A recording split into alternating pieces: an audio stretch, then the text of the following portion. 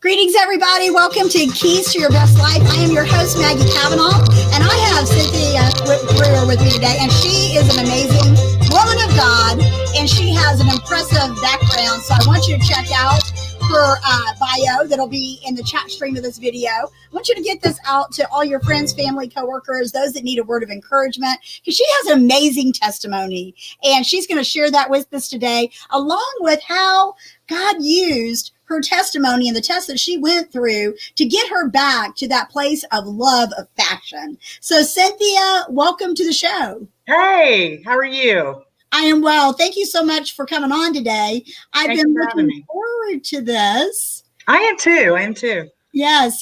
First time I met you was, I believe, at WHTN, and yes. You came in and you had on the coolest hat. And I was like, oh my gosh, she looks so classy. I mean, you literally were rocking like almost like a Jackie O fashion. Oh, you're sweet. Oh, I remember you stuck out because you were so bubbly and you had so much enthusiasm. And I was like, I got to meet that lady because she's styling and she's just smiling. Oh, so. I like that. Styling and smiling. Maybe I need to write a little rap duo there. There you go. Oh, well, that blesses me because that is my heart. I believe the joy of the Lord is our strength. And we have to allow his joy to flow through us to reach the world that we're in. So, wow. Which leads me to, I was, this that time of year where everywhere you go, all the Christmas lights are up, the Christmas trees are up and stuff like that. And it's time for the Hallmark Christmas movies. Yes. So exciting. Share with the audience a little bit about how your design ended up in a Hallmark movie. Well, what it was they were actually filming a movie in Springfield, Tennessee, and they were looking for background people. And so in my heart, I wanted my hat in a movie. That was my goal. I could care less if they saw my face, but I wanted my hat in it. And so it was director pick. It was a small scene. So I sent in my picture and I was selected. And so they gave us the perimeters of what they wanted us to bring to wear. And so I brought the clothing. Of course, my favorite color is black and I couldn't wear black. So that was out. So anyway, I found some clothes and I decided on one particular hat that had some color with it, little Christmas flair to it. And so when I got to the place where the extras were, people were lining their stuff up on the sidewalk. There wasn't a table and they had their suitcases out and their wardrobe truck was behind. I thought, well, I don't want to put my stuff on the sidewalk. So there's some trees. I started hanging up my clothes in the trees and and I'll show you this. It's one of my hats, but I had a little hat stand and I put it on the lawn with the hat in the middle. And when the wardrobe person came over, I noticed as she was going down the line with the different people and what they were going to wear, I'm like, okay, this outfit's going to be out for me because it's the same color as this person and so on and so forth. And she goes, I love that hat. And I said, thank you. And she said, she goes, what size are you? And I told her, and she said, I have a coat in there that might work in the truck. Let me grab it. And I was so grateful because I was in a faux fur mink because I was like, oh, please don't put me in ugly Christmas sweater to myself. I said, please don't put me in. And so she put the hat on my head, put the faux fur mink on, grabbed a Christmas brooch, and she said, she got the person that was in charge and they said, yeah, I like that. She can wear it. So I was like, thank you, God. Yeah. So that's how it happened. It was a fun experience. And all I cared about was, please let me see the hat. Yes. Well, your hats are discussed on many levels. I recently read an article where it was talked about. Share a little bit about your fashion design company. Yes, I do one-of-a-kind wearable art hats, which is called Ageless Style. And what I like to do is I also style people, so I can help them with putting clothes together. And if they, want to wear my hats, that's great. But I really believe that every day is a canvas, like an artistic canvas. When we get up, we put on what makes us feel good. And I don't care what age we are, our style might change, but our beauty is still there. Wow. I love that. Love that. I wish more women, because I know all of us at some point have struggled with our self-image and things like that, would understand the beautification that comes from allowing the creator to use the creativity that he placed into us to create the canvas of our life. Really. And design and fashion is just part of that. The younger generation, they call it the swag. Swag bag. Yeah, so I love your swag because it's very, very classy. It's very unique, and I love how you got wearable art. I never really thought of that before until I read that article, and I thought, my goodness, that's exactly what it is. Whenever we wear accessories and so forth, someone has taken the time to create that. So, I'm sorry. Go ahead. Well, I was just going to say we're all art. When you think about it, God created us perfectly and uniquely. And even though our bodies change and our outward appearance change, there's a renewal of our spirits. And so to me, you just have to love yourself. And I think fashion, it should be ageless. It should be varying body types. We have to love each other and not have this impossible standard to live up to. Impossible standard. Now that leads me to talking about years ago, you were in the modeling industry. Is that correct? That's correct. Okay. So living up to standards. Wow. I bet that was a lot of pressure. Well, it was because I had issues surrounding food. So I could never get down to the quote model body. So I was a plus model. And so there was a lot to that. And there was a lot of comparison and contrast. And it's a difficult business. And but what that helped me do was when I do fashion shows, like I have people in my shows that are any young to some in their 80s. And what I do is try to get a variety of people from different places, different ethnicities, different body types, and try to show the beauty of those people so that it's not just, one age, one body type, because we all have to love ourselves. There's too much in the world. I don't buy fashion magazines anymore or read them online. Of course, now a lot of things are digital because it's impossible, because every magazine is what we're not and how to get there and what you can buy to get that. And to me, that's no way to set ourselves up. God loves us all. He loves our spirits. He loves our hearts. And there are different times in life when maybe we are not, in a good place, and our clothing and accessories can reflect that and how we dress. Because I know it's our spirits, but what's on the outside where we're at can affect that as well. Absolutely. Jesus talks about cleaning the inside of the cup and then the outside. And so when we're in pain inwardly, and we don't deal with that, there's going to be an outwardly expression, whether it leads to addiction or whether it leads to self-sabotage or whether it leads to any destructive type of behavior is based on that.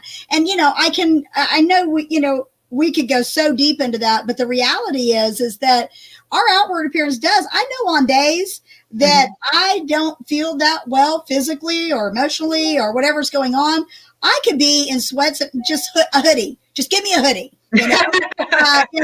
and some fluffy type house slippers for the day or whatever. And so, but on other days when I get up and, I remember years ago when I was, a young woman going through some training, and they talked about dressing for success. Yes. And how it changes not only how you see yourself, your confidence level.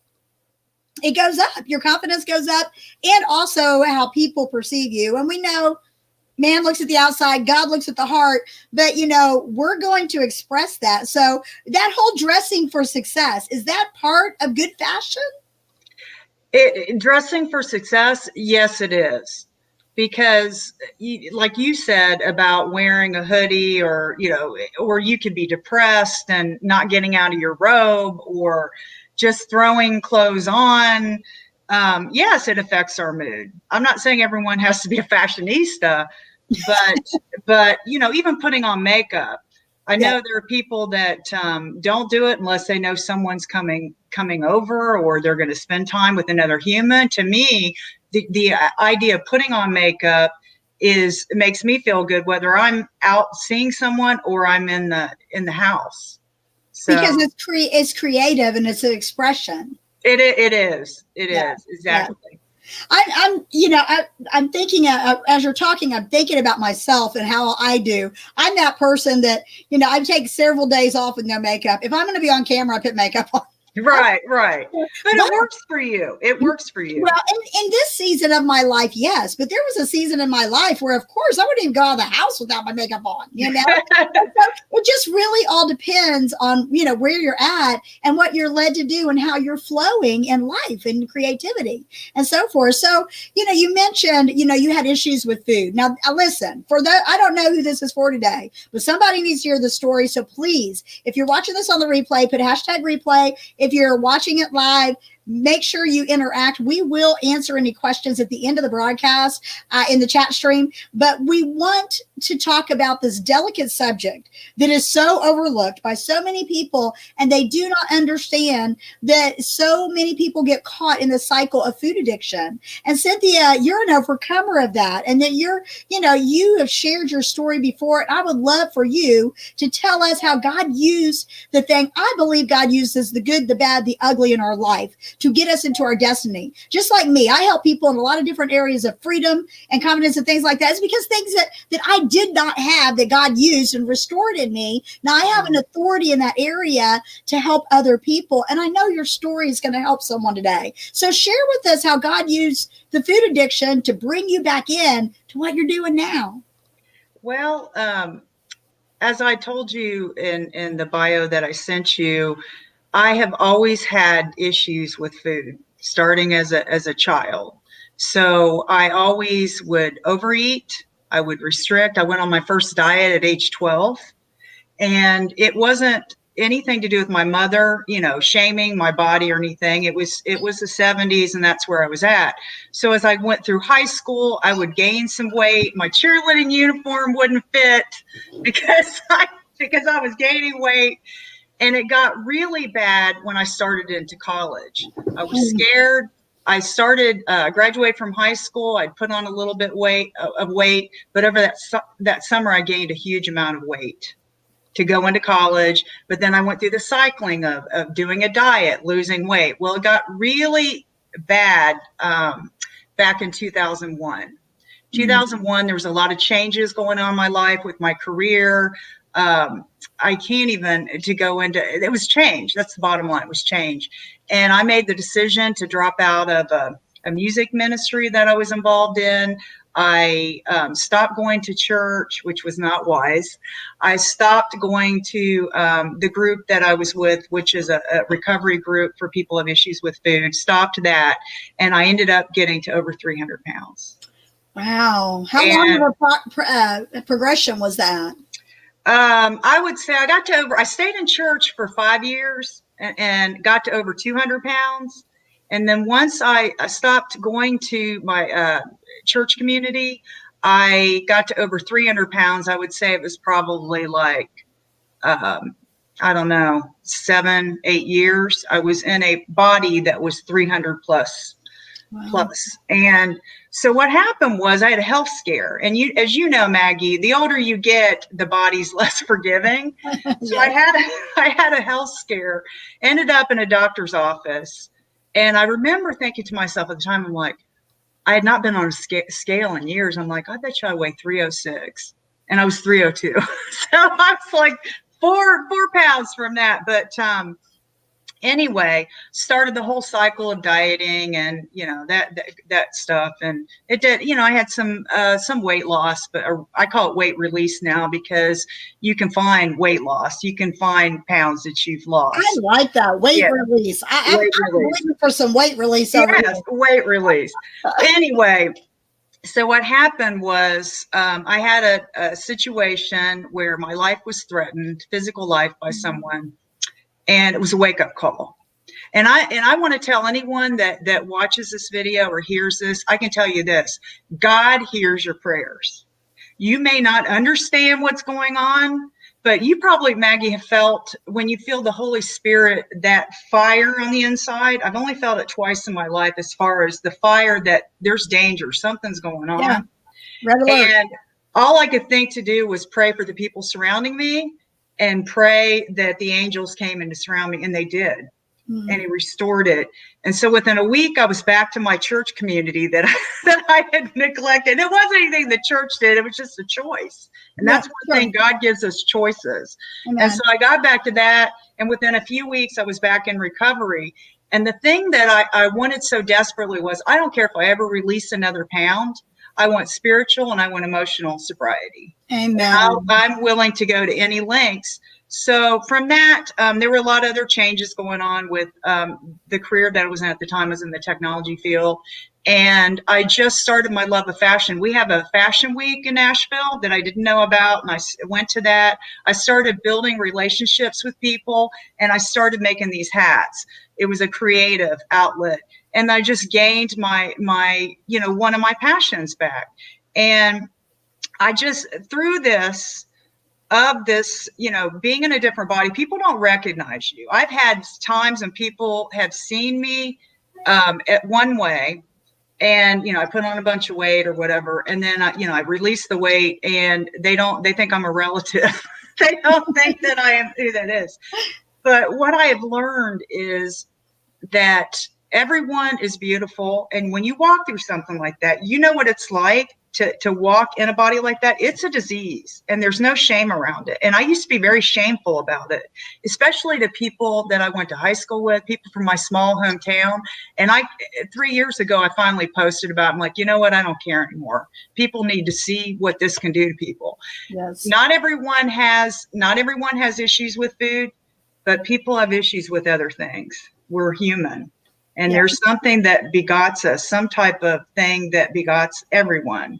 May not be food, but it's something else. And my personality just takes it to the extreme. If I'm going to do something well, I'm going to do it 150%, which means I'm going to be over 300 pounds.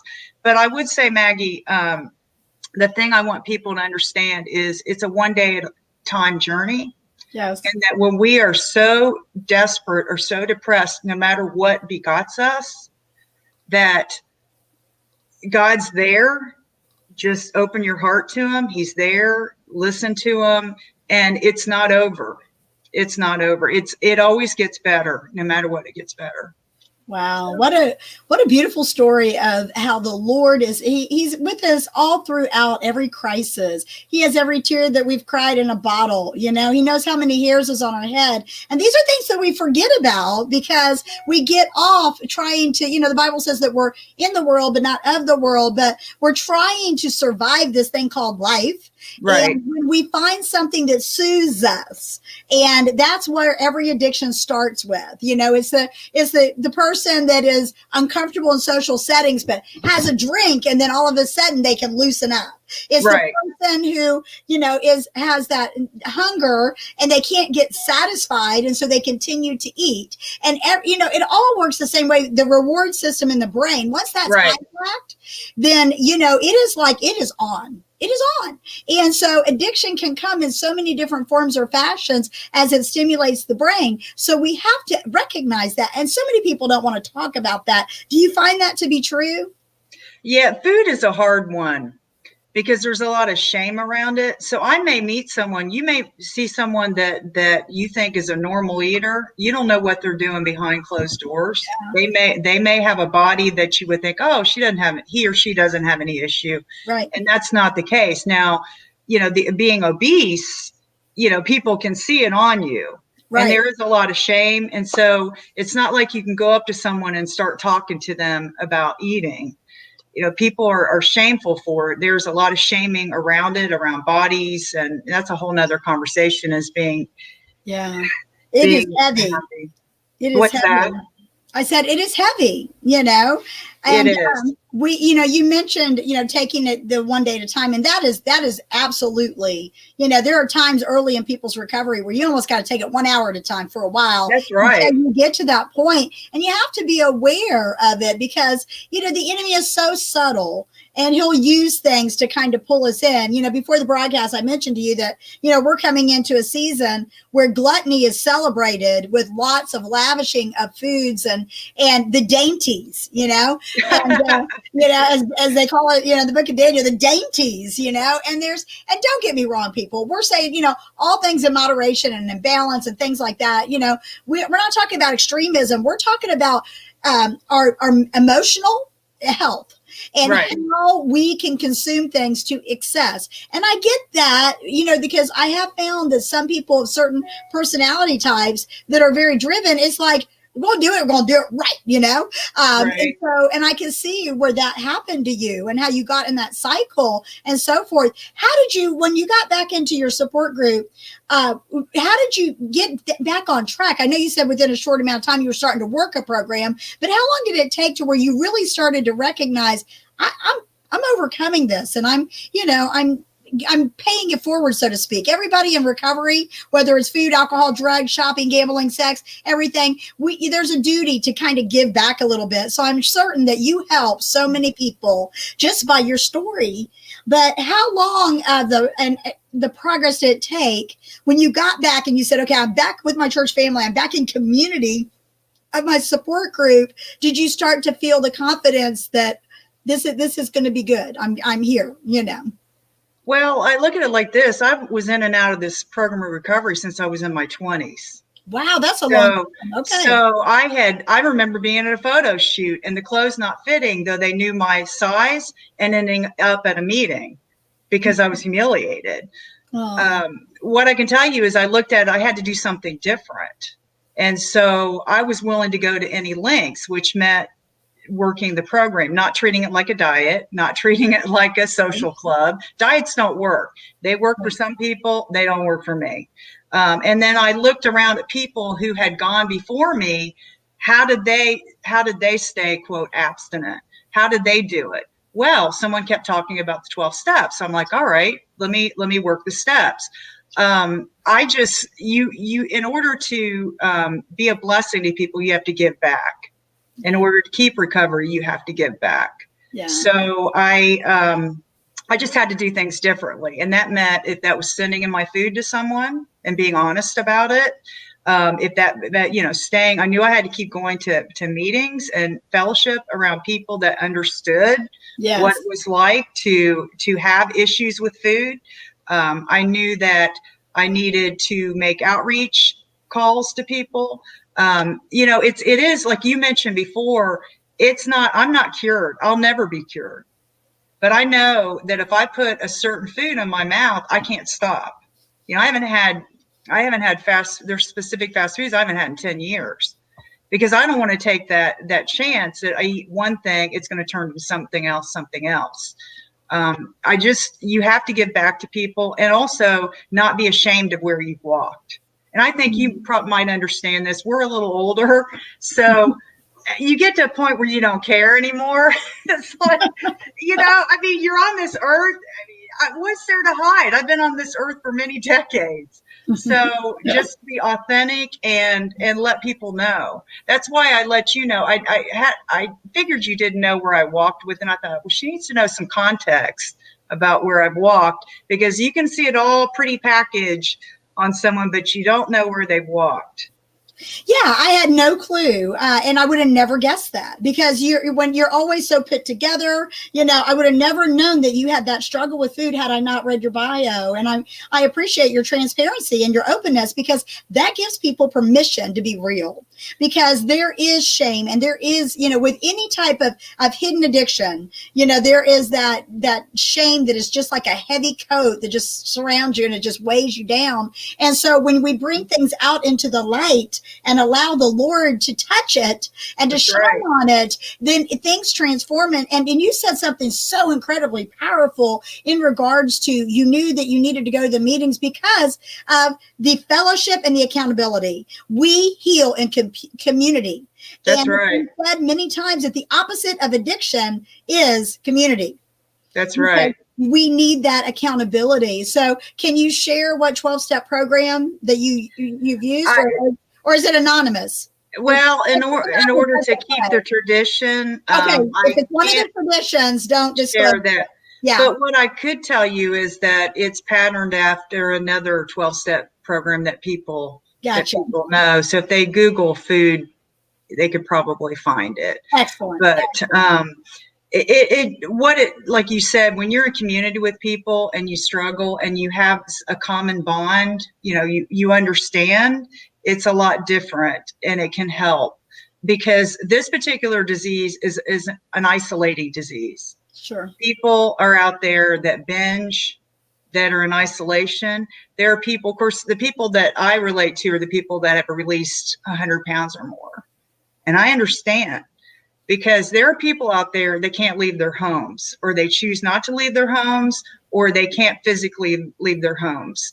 And thank God that there is, with technology, there's a way to unite people together through that are struggling with it. I heard someone share one time, what condition do you want your body to die in? We're all going to die. I mean, our spirits live on, we know that, but we're all going to die, and we're going to get older, just the fact of life. But how fast do you want that to happen? And with food addiction, people overlook it because it's normalized in this society. Yes. And we talked about, I don't know if it was before we aired, about churches. Sugar is a drug. Yes, it is. It is. It's a drug. And, it's perfectly fine in churches to have potlucks or this and that, and to indulge. And, it's just like alcohol. It's just a different type of drug. Absolutely. Absolutely. And that's where we always have to be sensitive to what people are going through. There's a statement that has always struck me, and it's, everybody has a battle. And we don't know. Right. We look at people and we think, oh, I mean, they've got it so together. I mean, my goodness, look at you. You've got, you design creative art and fashion, and you've modeled and you've done all of these things. No one would know that unless you were willing to share that. And then someone else who is struggling literally says to themselves, wait a minute. If Cynthia can be courageous and go work a program, or she can do this, or she can do that, then you know what? There's hope for me. And so that's what people need to hear today, is a message of hope, that they are not alone and that they don't have to be isolated. But, it's the banana that gets pulled away from the bunch that gets eaten. I mean, it's true. It's true. You get yourself off there and isolated, and all of a sudden, that's why we've seen so much struggles this year with the COVID outbreak and all of that. So many people were sheltered in place and isolated, and it is horrible for those that struggle with addiction. So I'm so glad that so many of the support groups have stepped up, and they've got things available online. So those that are even without COVID, that are just fearful of getting out until they get to a place in their recovery where they have more confidence to come out, that they can meet online. I love it. I love it. I love it. Yeah. Thank God for Zoom meetings. Right. I've been doing Zoom before Zoom was fashionable. Did you really? Well, yeah, because I've done Christian counseling over the years, and a lot of my clients have been out of state, and so now it's not the best venue for all types of clients, but it works great for like marriage counseling and things like that. However, if we were in a marriage counseling session right now, I would never allow someone this close to the camera. I would be like, okay, now you need to sit on the sofa, and you need to put the camera up on the fireplace, because I need to see your body language. Oh, that's a good one. I need to see her hitting them, going, yeah, that's you. She's talking about you. I need to see all that stuff. So, but Zoom has made it easier for those of us to communicate, even with this situation of being able to interview you today, because you live in Nashville, right? On the north side, way up north somewhere. And so for us to get together in person would be challenging. So there's a lot of things that I'm thankful for when it comes to the internet. But like you and I were talking earlier, I'm very concerned about young women and self-image with social media and with the internet stuff. So going through the things that you went through with modeling and food addiction and things like that, I mean, do you see that as a problem right now? Definitely. It's exasperated 100 times than what we would have seen in just magazines or TV. It's a lot different. Social media is a game changer on that. And it's tough because I was working with a modeling agency a couple years ago, well, actually last year, doing some design stuff with them. And I remember going into a restroom. They were having an opening. It was a single stall restroom for ladies, but the person forgot to lock it. And there was a girl throwing up in the toilet, and she must have been like 10. Yeah. And yeah. So that's not a good thing. We have to embrace and love ourselves. And this idea of having filters to try to look a certain way. And so I commend you for what you're doing for the tweens, because they need it. Yeah, it's really close to my heart. I see what's going on with the tweens and the teens and their self-image and so forth. And they can, very easily, like you said, you didn't grow up in a household where you were shamed because of your weight or anything like that. Mm-hmm. But yet something clicked in your brain to make you feel that way. You know what I'm saying? And so these teens are experiencing a high level of peer pressure based on body image specifically. And they're being torn down all the time. And there are just so many graphics are coming in. I talk a lot about pornography because it stimulates the brain, just like food, alcohol, drugs, all of that. The dopamine drops and they're like hooked, And right. So this is something that I've seen in the last several years increasing with women. So we've got a generation of young people that are subject to trying to compare themselves with this world, and boys are perceiving how girls are supposed to look based on pornographic images, and girls are trying to dress accommodate, and wow. Everything to fit in that mold. And it's very heartbreaking to see this happen. We all play a role in praying for this generation. So thank you for saying that. Please pray for me and those that I serve as we go further into that journey, because I'm actually going to do a conference in the first quarter, a small conference for tweens and teens. It's going to be called Godfidence, because they need to have their confidence in God and relying on Him and allowing Him to define them, because they are trying to define themselves by the standards of the world, and it's just so unrealistic. That's exactly right. Yeah. Wow, that is so powerful, Cynthia, how the God used all that. So you would say that going to the support group and being in community led you back to your first, your passion of design. It did. It really did, because I actually just started going to thrift stores, and I wanted a style. I wanted to change my style. Because when I was over 300 pounds, I was always wearing like huge Henleys, about 4 sizes too big, just the same outfits. And I wanted to look different. And I was, releasing weight. And so I started doing that. And then I just, found out there was a fashion community here in Nashville. And, just who knew? The glory of the internet. So, it left me back. It brought me back to my passion, and it brought me back to my passion for God, because in this disease, for me, it's a very selfish disease. It's a very isolating disease. And I mentioned to you in my bio about the recovery. It is all about what I could get, like an addict, how much I could get. And that included materialism, that included any award or pat on the back. It was using every other thing as God than God Himself. And even as a Christian, I've told you, I felt like the prodigal daughter coming back to God. And He always has an open arms for us, no matter what happens. We have a choice. We can ignore Him and live in the world. I mean, we are not of this world, but we can live in it and be all consumed in it, or we can be more spiritual. And I have to tell you, the last 7 years of my life have been the most huge blessing probably in my entire life. The walk with God has been amazing. I got to go to Israel. There's just been so much with that. And I really appreciate you giving me or giving the opportunity to discuss it, because there are people out there that are hurting. Yes. And we don't want to forget about them. I don't want to forget about them, because I understand. Yes. I love that. And so listen, y'all, you heard her. All you have to do is Google food addiction and support groups, and you will find some place to go.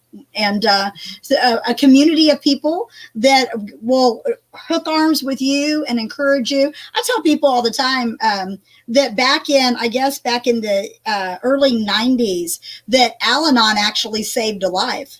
It saved my ex-husband's life because, because I was that broken in codependency that, you go there. I mean, it's crazy what people go through. And so, people have to talk about this. And I respect the, anonymous.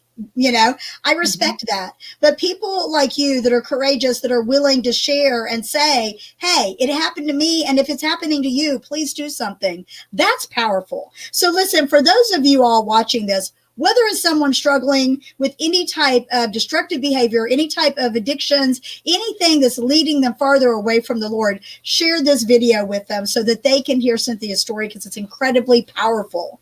And so thank you so much. Now, the hat you have on, that's one of your designs, isn't it? Yes. I absolutely love that. Thank you. So your website is Ageless, or say it for them and I'll put it in the thing. Well, actually, it'd be better through social media, which is Ageless Style 123 on Instagram. Okay. And I would give you the Ageless Style Facebook, but it's better if they want to reach out to me directly. I would be willing to talk to them.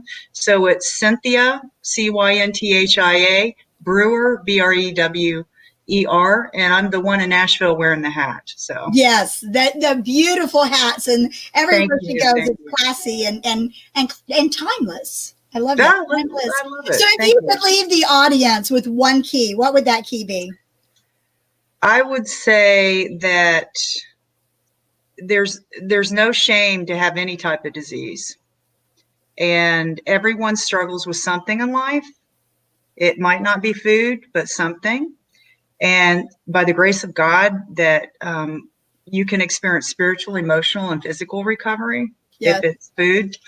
And it is definitely a one day at a time journey, and there is beauty in ashes, and to thank God that our lives can be restored, because they can. Amen. Amen. I absolutely love that. So are your pieces for sale? I will sell some of them. I used to sell more they're kind of art pieces because they're one of a kind. Yes. But if someone's interested in setting up an appointment, I'd be happy to have them come and look at them. Excellent. Well, y'all make sure that you follow her on, all the social media platforms, especially on Instagram, because that seems to be the best place to find those amazing pictures of some of the creative work of Cynthia. And Cynthia, I want to thank you for being on the show today. Thank you so much. Well, thank you so much for having me, Maggie. It's been too long seeing you. It's been 2.5 years. I know. Has it been that long? I miss you as well. But we can meet here on the cloud. So you all listen, get this message out. We love you. We thank you for taking the time to join us today. And make sure you get this out to someone you love.